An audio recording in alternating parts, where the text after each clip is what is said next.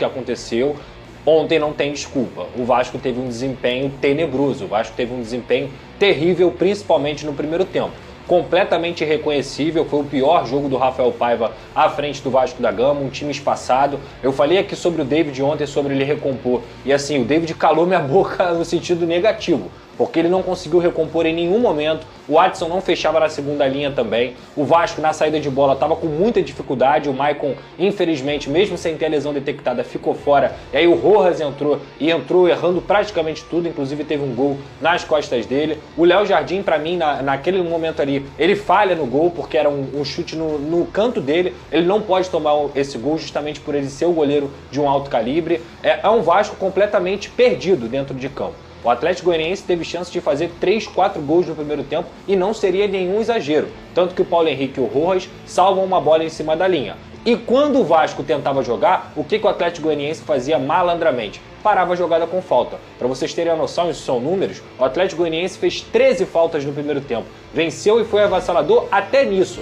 Sabe quantas faltas o Vasco fez? 0. O que mostra que o Vasco não entrou ligado no jogo, não conseguiu entender, não teve leitura e hoje não tem desculpa. O gramado estava bom, estava tudo certinho, o time do Vasco praticamente todo titular. O Felipe Coutinho era o único jogador que ainda tentava ser lúcido de alguma forma, mas mesmo assim, e repito, foi estratégia, ele sofreu das 13 faltas, 4 faltas em cima do Felipe Coutinho. Então o Vasco não conseguiu jogar no primeiro tempo, volta para o segundo tempo da mesma forma. Eu achei impressionante o Rafael Paiva não ter conseguido detectar que o Vasco não teve nenhum tipo de mudança de postura e ele mantém o David, ele mantém o Rojas, o Vasco não se encontra no jogo, ele só vai substituir aos 15, 20 minutos do segundo tempo, quando o Payet entra e esse sim muda um pouco a dinâmica do Vasco, acerta todos os passes, consegue dar um pouquinho mais de ímpeto. Mas mesmo assim, no segundo tempo o Atlético Goianiense continuou sendo superior ao Vasco da Gama. Aí, num lance onde ninguém mais esperava que nada fosse acontecer, já dava a derrota como certa, o Lucas Piton, que faz uma partida ruim, acerta um cruzamento belíssimo para o Verratti, e esse sim, merece todas as palmas, todos os sucessos que a gente poderia colocar para ele aqui, é merecido, porque ele acerta um voleio maravilhoso, empata a partida e consegue um resultado que foi muito melhor do que o desempenho do Vasco. A grande verdade é que o Vasco fez uma péssima partida ontem. Ô, Vene Casagrande, o Piton talvez não foi a sua melhor, passou longe, inclusive, de ser sua melhor partida com a camisa do Vasco. É um jogador muito regular e muito bom, mas ontem não performou no que a gente está acostumado a ver. Porém, quando o cara é o cara, ele pode não estar aparecendo tanto, mas na hora que tem que ser, ele resolve o negócio. Esse cruzamento do Piton, mais uma vez, impecável, hein, Vene Casagrande? Absurdo, sim. De fato, concordo com vocês que o Piton não fez uma boa exibição com a camisa do Vasco, mas é um jogador extremamente irregular, um dos melhores jogadores do Vasco da Gama, desde a temporada passada, inclusive. E é isso que se espera de um grande jogador, que ele, de repente, faça algo diferente, e ele fez algo diferente. Ele acertou um passe primoroso para o Verratti, e a finalização do Verratti, para quem acha que é fácil, ele faz parecer fácil. A verdade é essa. Que momento vive o atacante vascaíno, um baita jogador, tem que dar todos os parabéns para ele, porque não é uma finalização fácil. Agora, vou ser sincero, embora o Vasco tenha jogado mal, como vocês mencionaram aí, eu acredito na classificação do Vasco dentro de São Januário. Claro. Encarar o Vasco dentro de São Januário é uma das tarefas mais difíceis, independentemente do momento que o Vasco da Gama esteja vivendo. A verdade é essa. Então, assim, embora tenha jogado mal lá, mas aqui no Rio de Janeiro eu acredito na classificação do Vasco da Gama. Só para complementar sobre o Piton chegou à sua 10ª participação em gol na temporada. É absurdo. Isso para um lateral é assustador. Para vocês terem noção, o David, que é ponta, tem o mesmo número de participações. Ô, Lucas Pedrosa, olha só, o Coutinho, o que você achou dessa partida? Ele jogou um pouquinho contra o Atlético Mineiro. Depois começa a titular naquele jogo contra o Grêmio, que aquele gramado não estava bacana pra gente fazer alguma avaliação do Coutinho. Sim. Eu, de coração, acho que tá cedo a gente tentar colocar o Coutinho Potes. Já foi bem, não foi bem. Fez isso porque ele tá se readaptando ao futebol brasileiro, muitos anos fora daqui. É diferente sim, um monte de coisa diferente. Se é melhor ou se é pior a gente não sabe, mas é diferente. E Pedrosa, eu queria que você falasse um pouco da partida dele.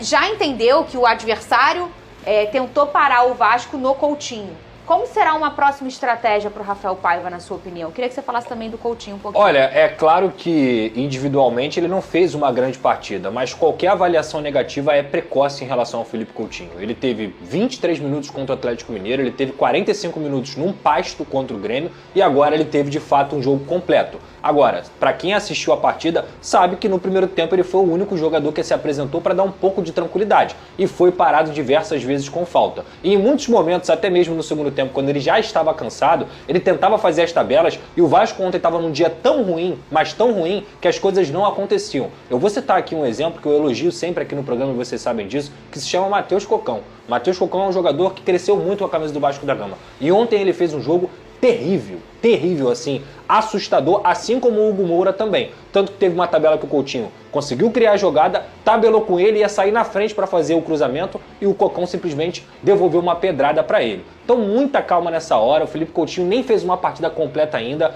Tem que lembrar e destacar aqui que o Vasco vem de 4 jogos fora de casa, o Coutinho não pisou ainda em São Januário, então muita tranquilidade, que é um atleta que estava há um mês de férias e mais de 2 meses sem jogar praticamente. Então, para mim, Fernanda, nada alarmante, é um jogador que vai se adaptar naturalmente, vai entrar no seu melhor ritmo, porque qualidade técnica, repito, todo mundo sabe que ele tem.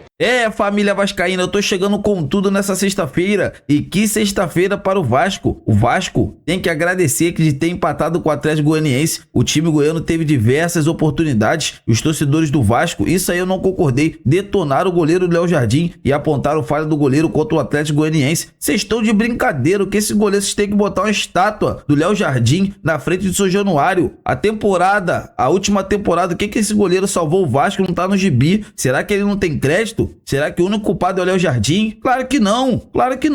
Vasco ontem entrou um time todo completamente espaçado, desligado da partida. O Atlético Goianiense tomou conta da partida, fez o gol, poderia ter feito mais, criou mais de 10 oportunidades para ampliar o placar, só que para alegria do torcedor vascaíno, o Atlético Goianiense fez só um gol e o Vasco logo em seguida, na segunda etapa, no segundo tempo, conseguiu empatar esse jogo e vai fazer de tudo para se classificar em São Januário. Essa que é verdade, com o apoio do nosso torcedor, Caldeirão, né? Tem tudo, o Vasco tem tudo para ganhar e ganhar bem do Atlético Goianiense e conseguir uma bolada com essa classificação. Vocês concordam? Deixa aqui nos comentários pra gente estar debatendo sobre esse grande assunto. Eu tô indo nessa, família vascaína. Se inscreveram no canal, deixaram o like. Agradeço a todos. O sentimento não pode parar. Fiquem com Deus!